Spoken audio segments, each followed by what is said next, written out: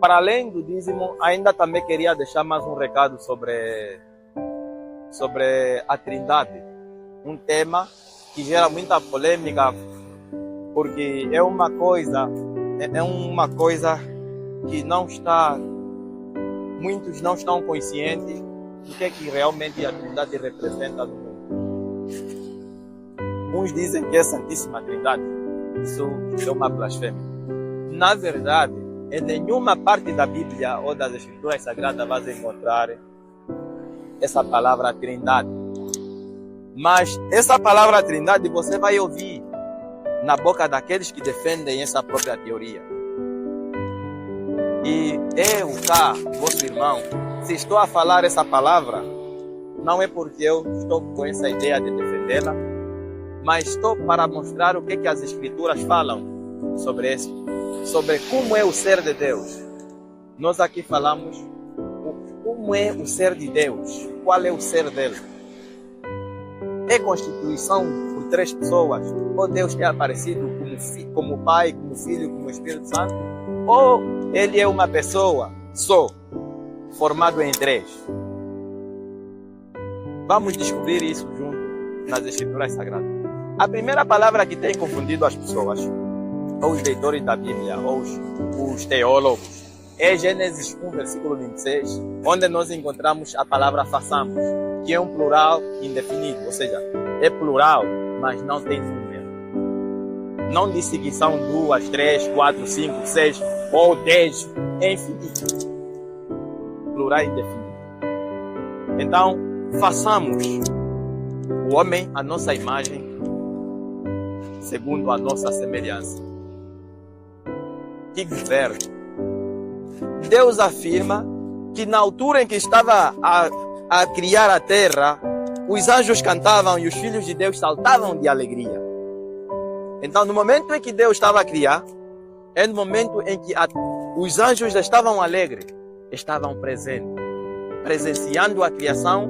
Enquanto Deus criava, eles ficavam alegres vendo a maravilhosa criação.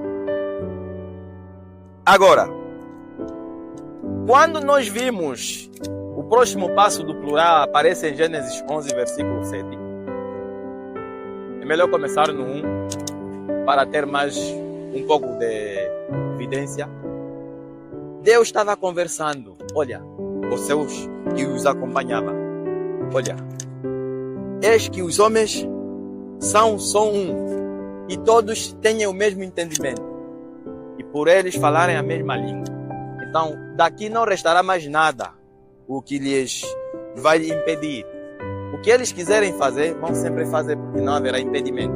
Olha, para que eles não continuem a fazer essas coisas, é melhor nós dividirmos as línguas, para que vamos nos espalhar diante da face da terra.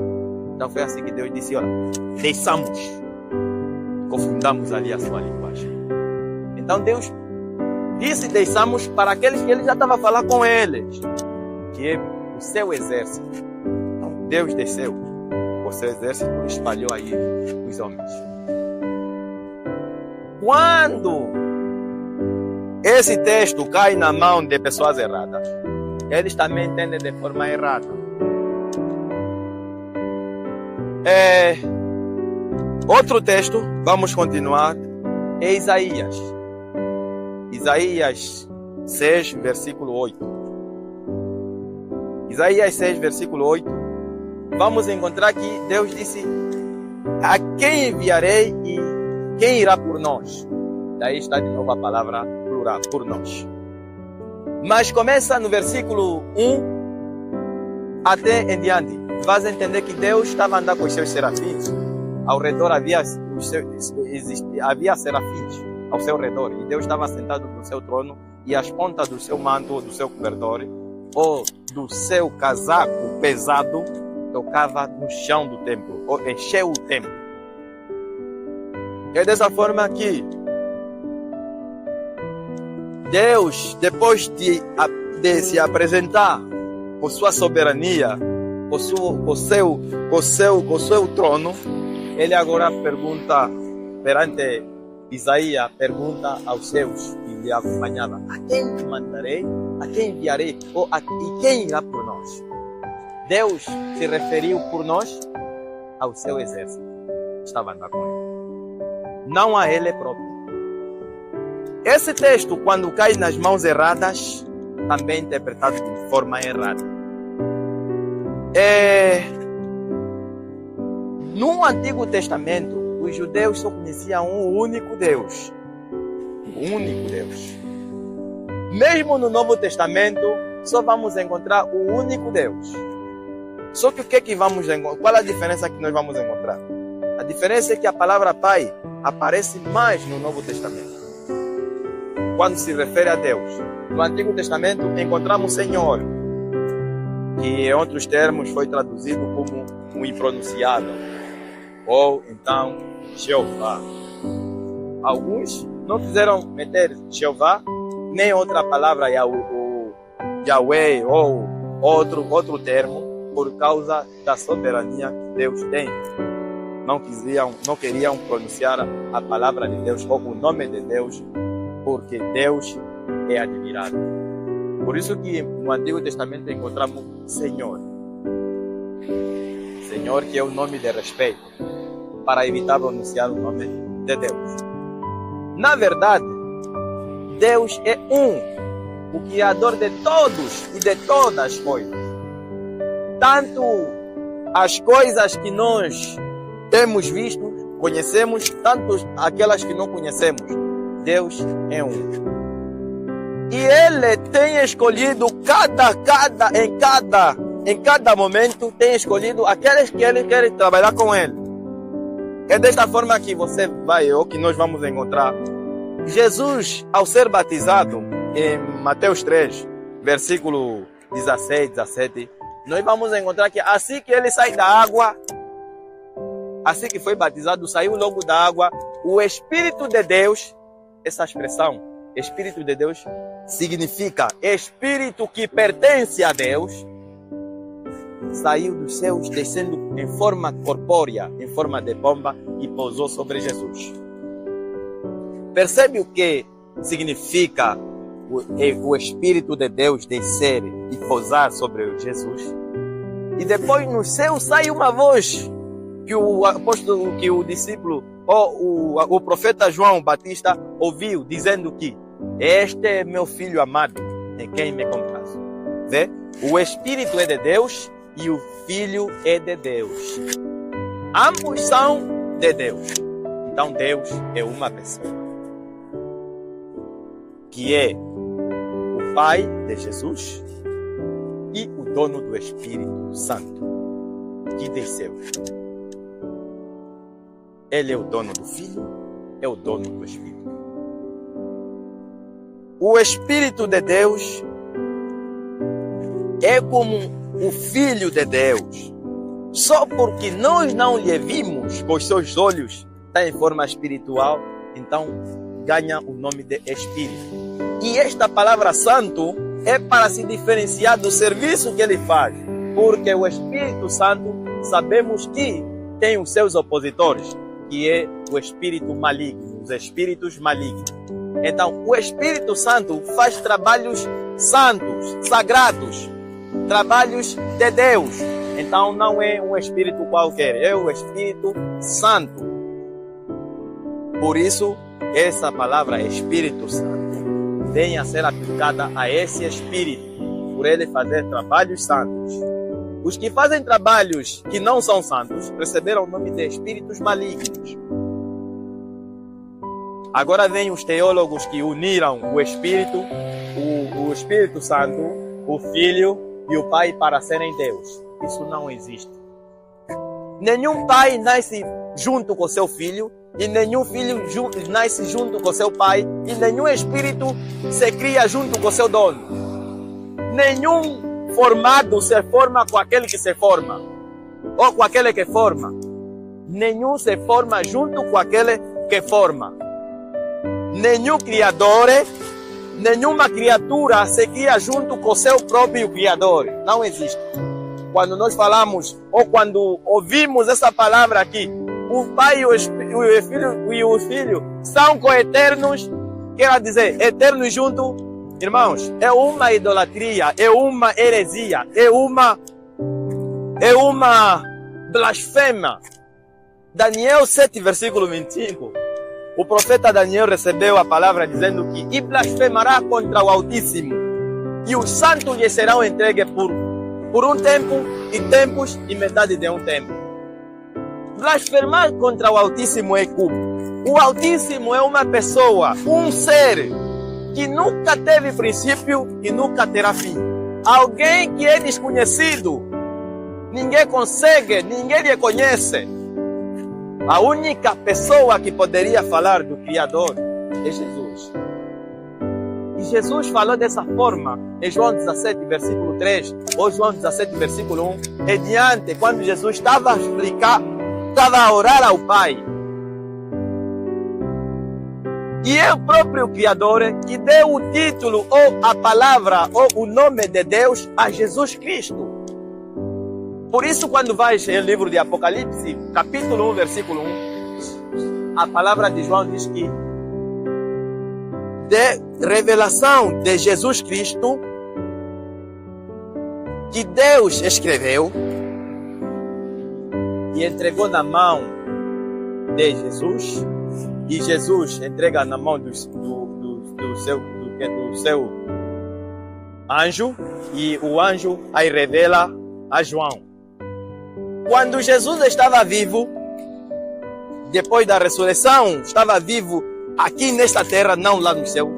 Ele disse assim, agora, em Mateus 28, versículo 18, agora é-me dado todo o poder dos céus e da terra. Quando alguém diz que é-me dado, recebeu de alguém. Não confundamos o que dá com aquele que recebe. Nenhum servo é maior que o seu Senhor. Jesus, em toda a sua caminhada, dizia que eu fui enviado. Quando alguém é enviado, tem o que lhe envia. E quem envia é maior que aquele que foi enviado.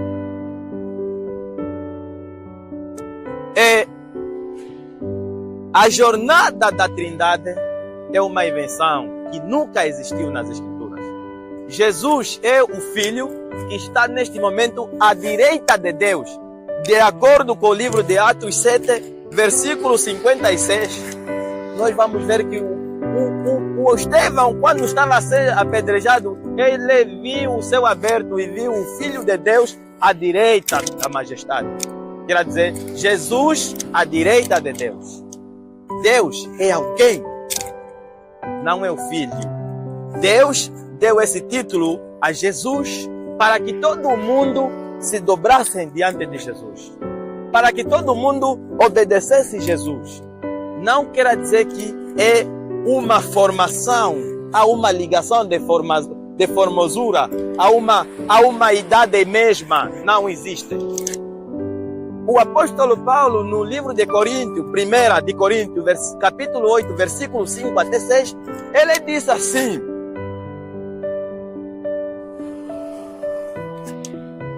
como nos céus, tanto nos céus como na terra, há vários deuses. Todavia, para nós há um só Deus, o Pai, de quem são todas as coisas. Então, para nós, só existe um Deus, que é o Pai. Mas, para muitos que não são cristãos, existem vários deuses. Mas para nós que somos cristãos, somos aqueles que obedecem Cristo, conhecemos que Deus, nosso Deus, é o Pai. Temos o único Deus. E Cristo vai entregar toda a autoridade a Deus quando tudo ficar no fim. Esse encontramos no capítulo 15 de 1 de Coríntios, versículo 24. Jesus, em Filipenses 2, versículo 5 até 11, o apóstolo Paulo foi narrando como é que Jesus era. Jesus, aqui na terra, tinha a forma de Deus. E ele mesmo tendo essa forma de alguém que ressuscita os mortos, alguém que faz aquilo, faz milagre, faz tudo, multiplica os pães, nunca se meteu como alguém que é Deus na terra. Ele se humilhou, viveu de acordo com o nível humano, até que ele morreu, e morreu na cruz. Foi por esta razão que Deus o exaltou soberanamente e o colocou numa posição mais alta do que os seus companheiros. Jesus tem companheiros. Jesus não é alguém que não tem companheiros. Jesus tem companheiros. Então, Jesus foi colocado numa alta posição. E se alguém foi colocado, tem alguém que o colocou. Deus é criador. Deus é alguém incomparável. Ninguém conhece Deus. A única pessoa a quem Deus se revelou é Jesus, que poderia explicar como realmente é Deus. Pois Deus para nós, desde que pecamos, Deus para nós é um mistério. É incompreensível a sua soberania, o seu conhecimento, tudo o que Ele faz para nós é incompreensível. Por isso nós não conhecemos Deus na sua totalidade. Mas Jesus explicou quem é Deus, que é o Pai. E quem é Ele? Ele é o Filho. E quem é o Espírito Santo que poderia ficar no seu lugar após que Jesus disse aos seus. Jesus é o Filho. E vamos tirar da nossa memória as coisas que danificam a nossa ligação entre nós e Deus. Pois quando nós falamos que Deus é constituído por três, nunca vamos conhecer Deus. Ainda que nós adorar desde nossa meninice até na nossa velhice, vamos ficar mesmo a saber que até quando Deus vier, o próprio Criador, quando descer dos céus, quando mandar Jesus com os seus anjos, ou Jesus mandar os seus anjos para recolher aqueles que obedeceram os seus mandamentos ou obedeceram os evangelhos, quando Jesus retirar a sua tropa, assim digamos, retirar a sua tropa, o Pai vai olhar para esse planeta e queimará logo. Quando queimar isso tudo, então saberemos que só Deus é Deus. Não haverá ninguém. Deus não tem ninguém que dá para lhe comparar com Ele. Deus nunca foi tentado e Ele nunca tenta ninguém. Se observarem em Tiago 1, versículo 13, vas a encontrar como é que o apóstolo Paulo narra quem é Deus. E se você comparar esse texto com Mateus 4, versículo 1, vas a encontrar que Jesus foi tentado. Então, se Deus não é tentado, Jesus não poderia ser tentado. E observa a expressão que Satanás usava para tentar o próprio Jesus. Ele dizia assim: se tu és o Filho de Deus. Nunca usou a palavra dizendo que se tu és Deus. Porque ele sabia que Satanás sabia, estavam juntos lá nos céus. Ele sabia que este é o Filho e não o Pai. Eu não quero prolongar muito para acabar o texto. Eu gostaria que o bocado que se falou hoje tivesse foco na memória. Cada um analisasse onde está. Que Deus Ele crê. Tu que ouves esta mensagem, a partir de hoje, tens a reflexão de escolher que Deus tu serves. Um Deus idolatrado, um Deus inventado ou um Deus real. Peço a ti, hoje, analise. Peça desculpa a Deus eterno. Peça desculpa ao dono de todos. Para Ele se revelar a ti. E Ele, em nome de Jesus, estará contigo. Que a paz dele esteja contigo. Amém.